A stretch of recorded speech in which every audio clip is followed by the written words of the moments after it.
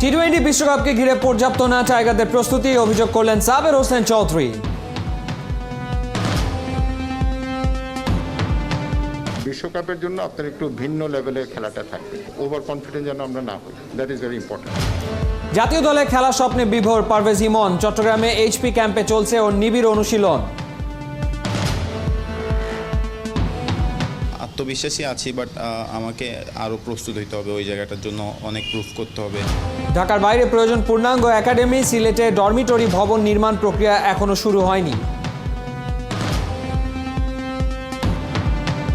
কমপ্লেক্সে এখন আমার ডরমিটরি, যেটা এনএসসি ওনারা বলেছিলেন একটা ডরমিটরি করে দিবেন, 30 জন খেলোয়াড় সেখানে কোচ সহ থাকতে পারবে। এএফসি কাপে বসুন্ধরা কিংসের সামনে মোহনবাগান, জিতলেই বাংলাদেশের ক্লাব গ্রুপ চ্যাম্পিয়ন।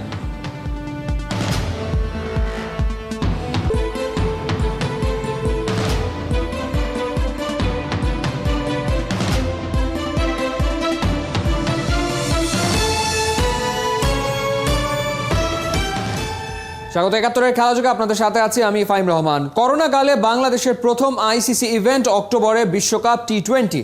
বাংলাদেশের প্রস্তুতি কেমন? বিসিবির সাবেক সভাপতি সাবের হোসেন প্রস্তুতির ধরনে সন্তুষ্ট নন।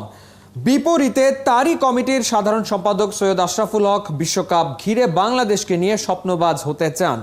বোর্ডের অর্থ ব্যয় পরিকল্পিত হবার পরামর্শ সাবের চৌধুরীর। রিয়াসাদ আজিমের রিপোর্ট। আমার একটা আইডিয়া ছিল এবং আমাকে সবসময় অনুপ্রেরণা দিয়েছিল সাবের Hossain Chowdhury, who is a very dedicated women's supporter. তো নারী ক্রিকেট যত এগিয়ে যাবে, আমি মনে করি বাংলাদেশের সার্বিকভাবে ক্রিকেটও এগিয়ে যাবে। সাবের চৌধুরী আর সৈয়দ আশরাফুল হক বাংলাদেশের ক্রিকেটের শুরুর স্বপ্ন সারথি। অনেকদিন পর দেখা দুই বন্ধুর ছেড়ে আসা ক্রিকেটের রিইউনিয়নে, ক্রিকেট থেকে দূরে তারপরও কত কাছে সাবের আশরাফুলরা। সিরিয়াস ক্রিকেট নিয়ে যারা কথা বলতে আপত্তি তুললেন, সেই একসময়ের বিসিবি সভাপতি আর সাধারণ সম্পাদক বাংলাদেশের আসন্ন বিশ্বকাপ প্রস্তুতি নিয়ে অনেকটা বিপরীত অবস্থানে। প্রস্তুতির ধরনটা সাবের চৌধুরীর পছন্দ না হলেও আশরাফুল হক স্বপ্ন দেখেন মূল পর্বে মারকাটারি ক্রিকেট খেলবে বাংলাদেশ। তবে আমরা যদি মনে করি যে ইউএই বা ওমানের উইকেট ঢাকার উইকেট হবে, সেটা একটা ভুল একটা ধারণা হবে। Completely different game. আমার ধারণা ওই উইকেটগুলো হবে 180, 200, 210 রানের। সুতরাং লো স্কোরিং ম্যাচে আমাদের অ্যাডভান্টেজ ছিল এবং অবশ্যই সেই অ্যাডভান্টেজ আমাদের নেওয়ার দরকার ছিল, সেটাই তো আমার হোম অ্যাডভান্টেজ।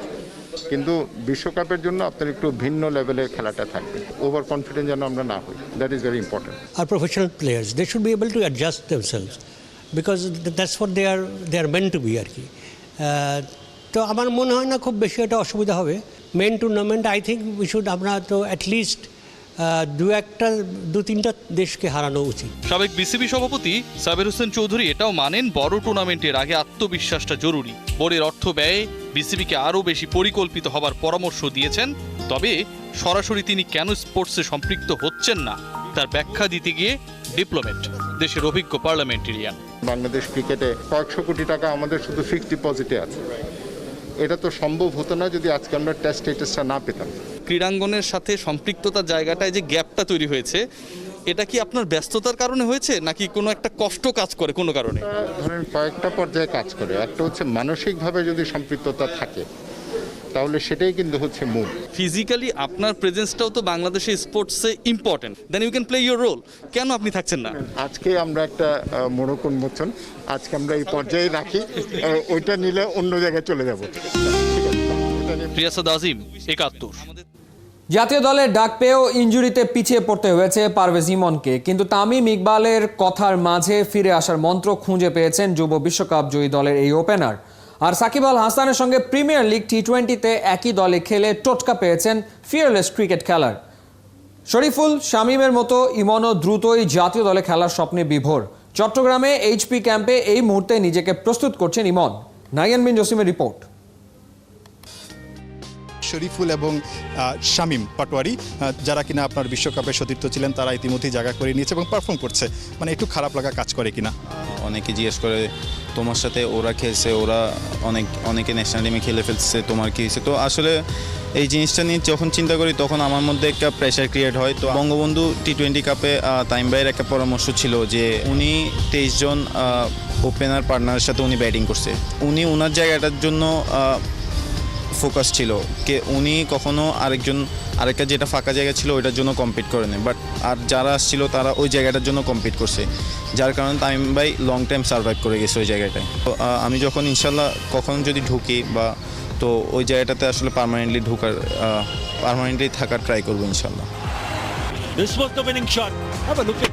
তামিম ইকবালের দেয়া মন্ত্র মনে গেঁথেই সাফল্যের মালা পড়তে পারভেজ ইমন এখন মধুর অপেক্ষাতে।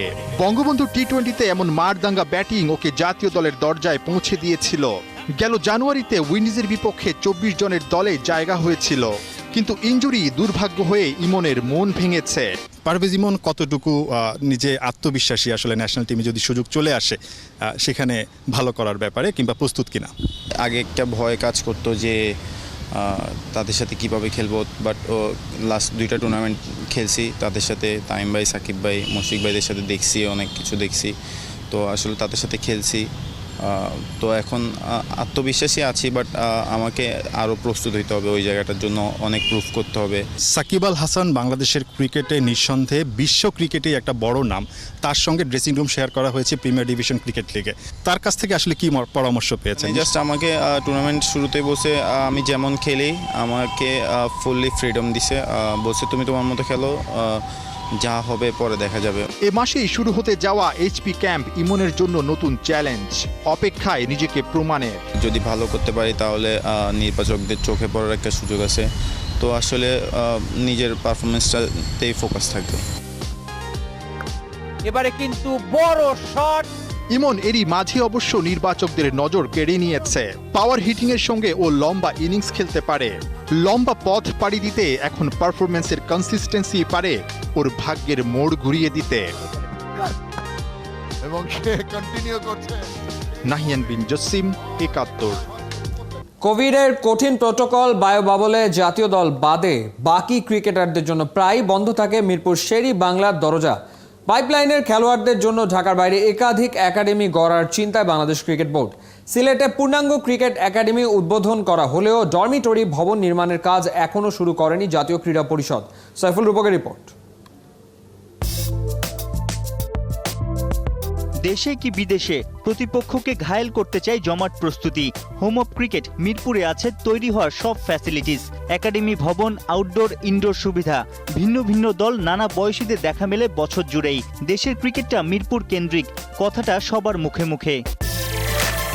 এর সুফল কতটা পাচ্ছে বাংলার ক্রিকেট? অন্তত কোভিড-19 পাল্টে দিয়েছে সমীকরণ।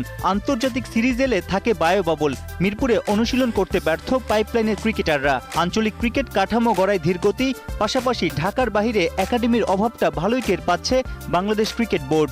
এই বোর্ডের আমাদের একটা কমিটমেন্ট ছিল যে আমরা রিজনাল ক্রিকেট করব, সেই হিসেবে পূর্ণাঙ্গ না হলেও 3টা রিজনে কমিটি করা হয়েছে।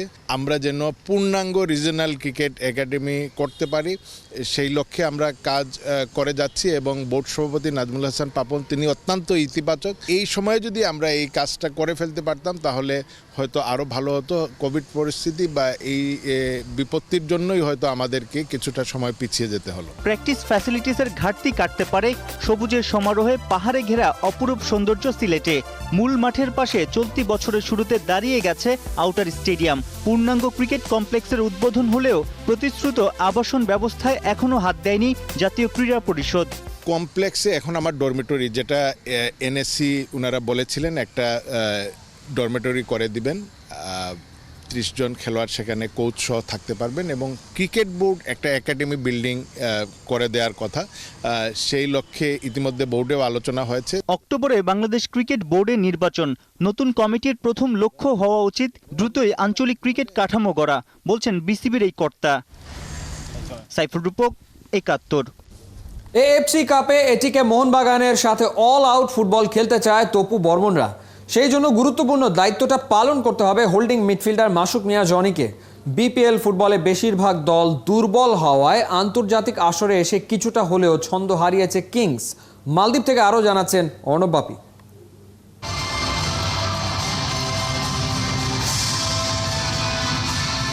একবার শেষবার এভাবেই মাঠে নামবে জীবন বাজি, সন্ধানে সাফল্যের চাবি। এই প্রার্থনা শুনবে তো বিধাতা, একটা জয় বদলে দিতে পারে সব গল্প। মিশনটা কঠিন থেকে কঠিনতর। লিগের শীর্ষ দল এটিকে মোহনবাগানের সঙ্গে লড়াই। মাঠের পারফরমেন্সে হোল্ডিং মিডফিল্ডে ম্যাচের নিয়ন্ত্রক হয়ে থাকছেন মাসুক মিয়া জনি। সঙ্গে দেখাতে হবে কাপ্তানের কাপ্তানি। ওরা কি ভাবছে চলুন শুনে আসি। সামনের ম্যাচে আমরা অল আউট ফুটবল খেলতে হবে, কারণ দেখেন আমরা যদি ম্যাচটা না জিতি তাহলে কিন্তু আমরা এই নেক্সট রাউন্ডে যেতে পারবো না। অল আউট ফুটবল খেলতে গেলে আমার দায়িত্বটা ইম্পর্টেন্ট, কিন্তু অবশ্যই আমরা নেক্সট ম্যাচগুলো আগামী ম্যাচে আমরা আরও ভালো কিছু করব। 4 ম্যাচ হাতে রেখেই পেশাদার লিগ ফুটবলে শিরোপা উল্লাস করেছে বসুন্ধরা কিংস। গেল 2 বারের চ্যাম্পিয়ন দলটার ধারে কাছেও কেউ নেই। এএফসি কাপ খেলতে আসার আগে বিপিএলকেই বানিয়েছিল অনুশীলনের মঞ্চ। আমাদের বিপিএল এর প্রত্যেকটা টিম তো ওই লেভেলের না, হ্যাঁ, তো আপনার প্লেয়ারের যেই কনফিডেন্স লেভেল এবং যে পারফরমেন্স আমরা বিপিএল এ করি এই জায়গায় ততটা সোজা না, কারণ এটা একটা ইন্টারন্যাশনাল লেভেল। এফসি কাপে ডু অর ডাই ম্যাচে বসুন্ধরা কিংসের প্রতিপক্ষ এটিকে মোহনবাগান। শেষ ম্যাচে হারাতেই হবে ওদেরকে, নইলে খালি হাতে ফিরতে হবে দেশে। ভারত বাংলাদেশ 2 দেশের 2 ক্লাবের লড়াই। 2 দলেই আছে জাতীয় দলের ফুটবলার। কাজটা কঠিন কিন্তু অসাধ্য নয়। অর্ণব বাপি, 71, মালে, মালদ্বীপ। গোলের খেলা ফুটবলে গোলের দেখাটাই পায়নি বেঙ্গালুরু এফসির বিপক্ষে। বসুন্ধরা কিংস ড্র করে খাদের কিনারায় গ্রুপ চ্যাম্পিয়ন হওয়া কঠিন। শেষ ম্যাচে জয়ের কোনো বিকল্প নেই সাফল্যের মঞ্চে যেতে হলে। এএফসি কাপে সব ঠিকঠাক থাকলেও মূলত আক্রমণ ভাগটাই ভোগাচ্ছে। একমত দলের গোলকিপার আনিসুর রহমান জিকো।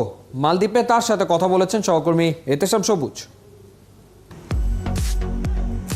হাত দুটো বড়ই বিশ্বস্ত, ওই হাতেই টিকে আছে বাংলার স্বপ্ন। গোলদুর্গের জালের সামনে যেন আরেকটা অদৃশ্য জাল বিছিয়ে রাখেন আনিসুর রহমান জিকো। শুধু ক্লাব ফুটবল নয়, তিনি হয়ে উঠেছেন বাংলার ফুটবলের নাম্বার 1 গোলকিপার। প্রতিদান দিয়ে যাচ্ছেন এএফসি কাপের প্রথম 2 ম্যাচেই ক্লিনশিট। সোহেলের পর বাংলাদেশের দ্বিতীয় গোলকিপার, এএফসি কাপে এই রেকর্ড হোল্ডার। সবশেষ ম্যাচেও ভারতের মেসি খ্যাত সুনীল ছেত্রীকে আটকেছেন। জিকোর গোলদুর্গে যেন 144 ধারা জারি, প্রবেশ নিষেধ। নিজে পারফর্ম করেছেন পেছন থেকে, বাকিদের খেলাটাও পর্যবেক্ষণ করেছেন সুনিপুণ দৃষ্টিতে। বেঙ্গালুরুর বিপক্ষে কি ভুলে পূর্ণ পয়েন্টটা পাওয়া হলো না। বেঙ্গালুরু কিন্তু অনেক প্রেশার দিছে আমাদের। তো যদি আমরা ওই রবসনের যেটা গ্রুপে যেটা সেভ দিছে ওইটা যদি গোল হয়ে যেত তাহলে আমাদের জন্য এটা ম্যাচের সবথেকে টার্নিং পয়েন্ট হতো। প্রথম ম্যাচে দাপুটে জয়ের পর দ্বিতীয়টায় কোথায় জানি হিসেবের একটা গড়মিল। ফুটবলারদের পারফরমেন্সটা পাওয়া যায়নি 16 আনা। কোথায় ছিল তবে দুর্বলতা? না, আমাদের আক্রমণ অবশ্যই ভালো। লিগে বলেন দেখেন সবাই কিন্তু রবসনে অলরেডি 20 গোল, রাহুলের অনেক গোল আছে। তারপরে রাহুল একটু ইনজুরি, এজন্য হয়তো এটা আমাদের জন্য একটু প্রবলেমে পড়তে হচ্ছে। আই লিগের 7 নম্বর দলের সঙ্গে ড্র করার পর টেবিল টপারের সাথে লড়াইটা নিঃসন্দেহে আরো কঠিন। তবে মিশন ইম্পসিবল নয়, দরকার একটু আত্মবিশ্বাস। লাস্ট ম্যাচ অবশ্যই আমাদের জিততে হবে। যদি না জিততে পারি তাহলে আমরা কোয়ালিফাই করতে পারবো না। আর লাস্ট ম্যাচ যদি আমরা জিতি তাহলে দক্ষিণ এশিয়ার মধ্যে কিন্তু আমরা একটা বেস্ট ক্লাব হওয়ার সম্ভাবনা বেশি থাকবে। বেঙ্গালুরুর 4-3-3 ফরমেশনের সাথে অস্কারের 4-1-4-1 কৌশলটা এদিন রেজাল্ট দিতে পারেনি। ইনজুরি আর নানা সমস্যায় রিজার্ভ বেঞ্চটাও ঠিকমতো ব্যবহার করতে পারেনি। শক্তিশালী মোহনবাগানের বিপক্ষে নিশ্চয়ই প্ল্যান বিটা বড্ড জরুরি। এতেশাম সবুজ, 71, মালে, মালদ্বীপ। নারী ক্রিকেটারদের নিয়ে দেশের প্রথম গ্রন্থ রচনা করেছেন সাবেক ক্রিকেটার মনোয়ার আনিস খান মিনু। একদিন বিরতির পর আবারও মাঠে গড়াচ্ছে বিপিএল ফুটবল। ইন্দোনেশিয়ান অনলাইন শুটিংয়ের 10 মিটার পিস্তল ইভেন্টে খেলতে রেঞ্জে নেমেছে বাংলাদেশের পুরুষ শুটাররা। বাংলাদেশের বাস্কেটবলে একমাত্র এলিট রেফারি হয়েছেন সবুজ মিয়া। দিনের সব খবর এক করে জানাচ্ছেন অনিক জাবের। ক্রিকেট বাংলাদেশের মানুষকে হাসায়, ক্রিকেট কাঁদায়, ক্রিকেটই আনন্দে ভাসায়। সাকিব তামিমদের মতো দুরন্ত গতিতে এগিয়ে যাচ্ছে জাহানারা সালমারা। এই পথ চলাটা পাহাড়ি রাস্তার জিগজ্যাকের মতোই কঠিন ছিল। তাই সাবেক ক্রিকেটার মনোয়ার আনিস খান মিনু নারী ক্রিকেটারদের পথ চলা নিয়ে গ্রন্থ রচনা করেছেন। নারী ক্রিকেটারদের নিয়ে দেশের প্রথম এই গ্রন্থের নাম মেয়েরাও পারে। বইটির মোড়ক উন্মোচনে দেশবরেণ্য ক্রীড়া ব্যক্তিত্বরা উপস্থিত ছিলেন। সরকারি কিছু সাহায্য থাকে, বিসিবি থেকে কিছু সাপোর্ট থাকে, তাহলে নিশ্চয়ই সুন্দরভাবে মেয়ে ক্রিকেটাররা গড়ে উঠবে এবং ভবিষ্যতে তারা ক্রিকেটে অবদান রাখতে পারবে। ক্রিকেট থেকে ফুটবল একদিন বিরতির পর বিপিএলে মাঠে নামবে দুই দল। বঙ্গবন্ধু জাতীয় স্টেডিয়ামে শেখ রাসেল আর উত্তর বারিধারার লড়াই রোববার বিকেল 4টায়। নারীদের পর ইন্দোনেশিয়ান অনলাইন শুটিংয়ে 10 মিটার পিস্তল ইভেন্ট খেলতে রেঞ্জে নেমেছে বাংলাদেশের পুরুষ শুটাররাও। ফুটবলে এলিট রেফারি অনেকেই আছেন। প্রথমবার ব্ল্যাক লাইসেন্স পেয়ে বাংলাদেশের বাস্কেটবলে একমাত্র এলিট রেফারি হয়েছেন সবুজ মিয়া। 3 পর্যায়ের বাছাই শেষে ফলাফল প্রকাশ করেছেন আন্তর্জাতিক বাস্কেটবল ফেডারেশন। অনিক জাবের, ৭১। এই ছিল এই মুহূর্তে খেলাযোগে সরাসরি সংবাদ অনুষ্ঠান দেখতে থাকুন ৭১-এর ফেসবুক পেজ এবং সাবস্ক্রাইব করুন ৭১-এর ইউটিউব চ্যানেলে। প্রতি মুহূর্তে আমরা জানাচ্ছি করোনা সবশেষ ভয় নয়, সচেতনতাই জয়।